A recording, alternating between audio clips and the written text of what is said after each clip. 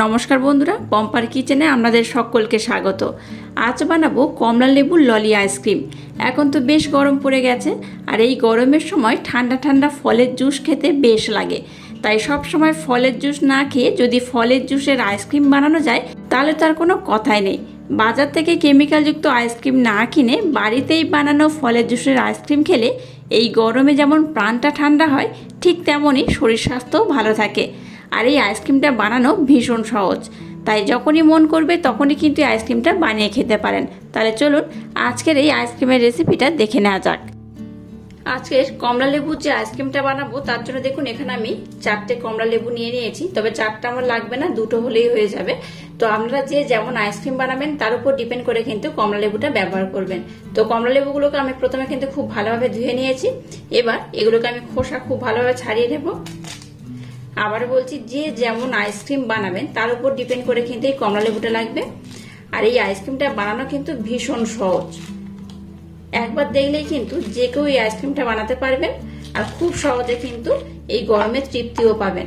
বাইরে কেমিক্যাল যুক্ত আইসক্রিম না খেয়ে বাড়িতে যদি এইভাবে ফল দিয়ে আইসক্রিম বানিয়ে খান তাহলে কিন্তু শরীর স্বাস্থ্যের জন্য ভীষণ উপকার, আর খেতেও ভালো লাগে, আর খুব সহজে কিন্তু বানানো হয়ে যায়।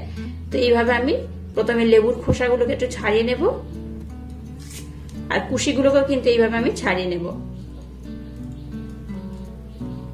এবার দেখুন এরকম একটা পাত্র নিয়ে নিয়েছি, আর নিয়েছি একটা ছাঁকনি। আর যে লেবুর কুশিগুলোকে আমি ছাড়িয়ে নিয়েছি সেগুলো এইভাবে একটু হাত দিয়ে একটু এইভাবে মুখটাকে চিড়ে দেব। এইভাবে কিন্তু আমি খুব ভালোভাবে ব্লেন্ড করে নেব। এইভাবে যদি ছাঁকনির মাধ্যমে খুব ভালোভাবে লেবুর রসটাকে বার করে নেন তাহলে কিন্তু এটাকে আর ব্লেন্ডারে দিতে হয় না। ব্লেন্ডারে দিলে কি হয়, এই যে দানাগুলো দেখতে পাচ্ছেন এগুলো কিন্তু একদম মিহি হয়ে যায়। তো তাই আমি কিন্তু ব্লেন্ডারে দেব না। ব্লেন্ডারে না দিয়ে এইভাবে একটা ছাঁকনির মাধ্যমে কিন্তু খুব সহজে লেবু যে জুসটা আমি বার করে নেব। আমরা চাইলে কিন্তু এটাকে ব্লেন্ডারেও দিতে পারেন, আমি কিন্তু ব্লেন্ডারে দিচ্ছি না। দেখুন 2টো লেবু থেকে আমার কিন্তু এই পরিমাণে জুস বার হয়েছে। এটা প্রায় এরকম একটা গ্লাস 1.5 গ্লাসের মতো। তো এখানে আমি জল নিয়েছি, অল্প একটু দিয়ে দেব, খুব বেশি নয়, অল্প করে দিয়ে দিলাম। আচ্ছা, এবার দেখুন এখানে আমি দিয়ে দেবো 2 ফোঁটা ফুড কালার। দেখতেই পাচ্ছেন আমি এখানে অরেঞ্জ ফুড কালার নিয়েছি। তো এটাকে কিন্তু আমরা যেহেতু বাড়িতে বানিয়ে খাবেন তাহলে কিন্তু এটাকে অ্যাভয়েডও করতে পারেন।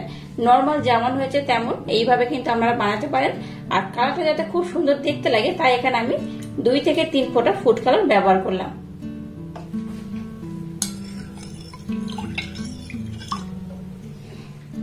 এবার এখানে 2 চামচ চিনি আমি দিয়ে দেব।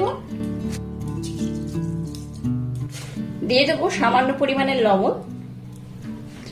লবণটা অপশনাল, ব্যবহার নাও করতে পারেন, তবে লবণটা দিলে কিন্তু এই আইসক্রিমের টেস্টটা দ্বিগুণ বেড়ে যায়। আচ্ছা, লেবু কতটা মিষ্টি তার উপর ডিপেন্ড করে কিন্তু আপনারা এই মিষ্টিটা ব্যবহার করবেন। এখানে আমি যে লেবুটা ব্যবহার করেছি সেটা কিন্তু ভীষণ মিষ্টি, তাই এখানে আমি অল্প করে চিনি ব্যবহার করলাম। আর অনেকে দেখবেন সুগারের প্রবলেম রয়েছে, তো তাই চিনিটাকে অ্যাভয়েডও করতে পারেন। আর যারা বাড়িতে যেহেতু বানিয়ে খাবেন, যদি মনে করেন একটু বেশি মিষ্টি ভালো লাগে তাহলে কিন্তু মিষ্টির পরিমাণ বেশি দেবেন। আর যদি মনে হয় যে মিষ্টি একটু কম দেবেন তাহলে কিন্তু কম দিতেও পারেন। আচ্ছা, এই জুসের মধ্যে যতটা আপনারা চিনি ব্যবহার করবেন, যখন এটা আইসক্রিম হয়ে যাবে তখন কিন্তু চিনির পরিমাণটা একটু কমে যায়, তো মিষ্টিটা তখন একটু কম লাগে। তো তাই বলছি যারা একটু বেশি মিষ্টি পছন্দ করেন মিষ্টির পরিমাণটা একটু বেশি দেবেন। তো চিনিটাকে প্রথমে এই লেবুর জুসের সাথে আমি খুব ভালোভাবে ব্লেন্ড করে নেব। এবার দেখুন একটা আইসক্রিমের মোল্ড আমি নিয়ে নিয়েছি।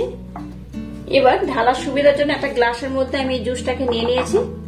এবার এই মোল্ডের মধ্যে দিয়ে দেব।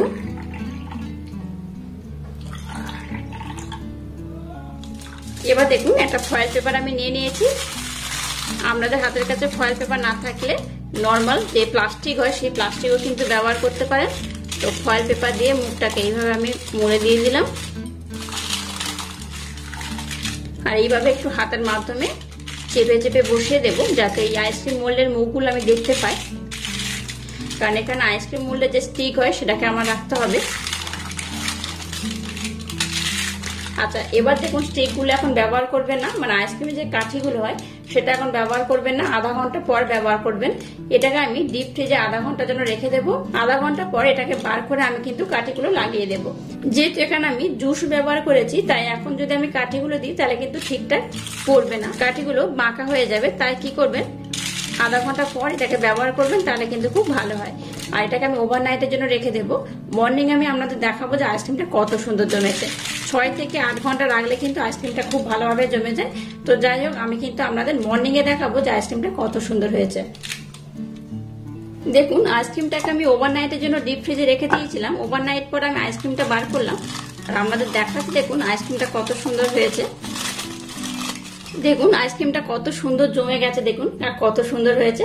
তো এটাকে আমি এবার নর্মাল জলের মধ্যে কিন্তু একটু ডুবিয়ে রাখবো। এই পোর্শনে একটু ডুবিয়ে রাখলে বা একটু আলাদা করে জল দিলে আইসক্রিমটা কিন্তু মোল থেকে খুব সহজে উঠে আসবে।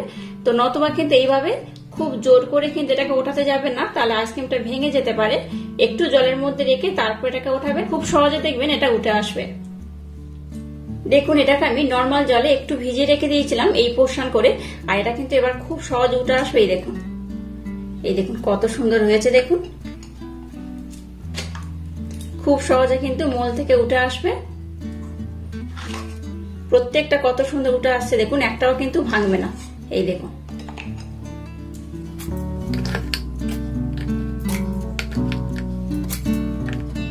দেখলেন তো কত সুন্দর আইসক্রিম গুলো হয়েছে আর কত সুন্দর উঠে গেছে। দেখুন বাচ্চা থেকে বড় কিন্তু সবাই ভীষণই পছন্দ করবে আর ভীষণই মজা করে খাবে।